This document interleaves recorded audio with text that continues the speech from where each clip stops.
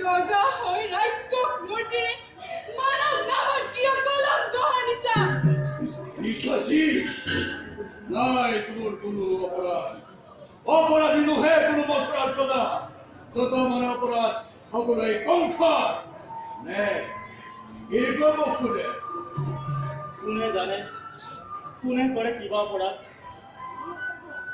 কবলৈ কিবা আছিল তলে ৰজা তুমি সৰ্বশক্তিমান সকলো কৰিব পৰা ইচ্ছাতে তোমাৰ সঁচা হওক মিছা হওক ন্যায় বা অন্যায় সবাৰো বিধান হব যি ইচ্ছাতে তোমাৰ এই গৰ্ভতে গৰ্বিত ৰাজা কিনে তোমাৰ কিমান দিন অনুমতে হত্যা কৰি ভগিনীক নিজৰ মৰণকো ৰুধিব খুজিছা? পঢ়িব নালাগে।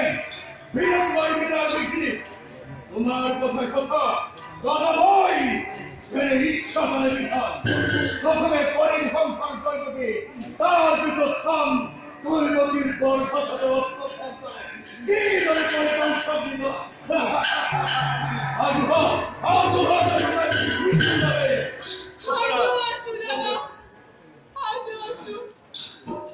প্ৰত্যেক মুহূৰ্তে কিন্তু দাদা ধৰক জানিব তুমি মহাশক্তিমান তথাপিও দেখাব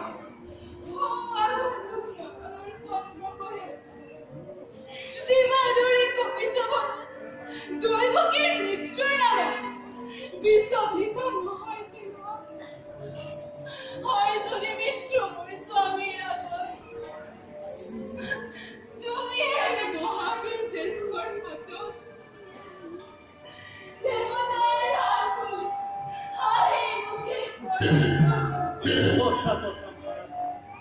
এনে কাৰ্য অতি অশুভ। নাৰী হত্যা ভগিনী হত্যাৰ কলংক কালি মাহানি বিনা পৰিচলত তুমি ৰক্ষা কৰিবা।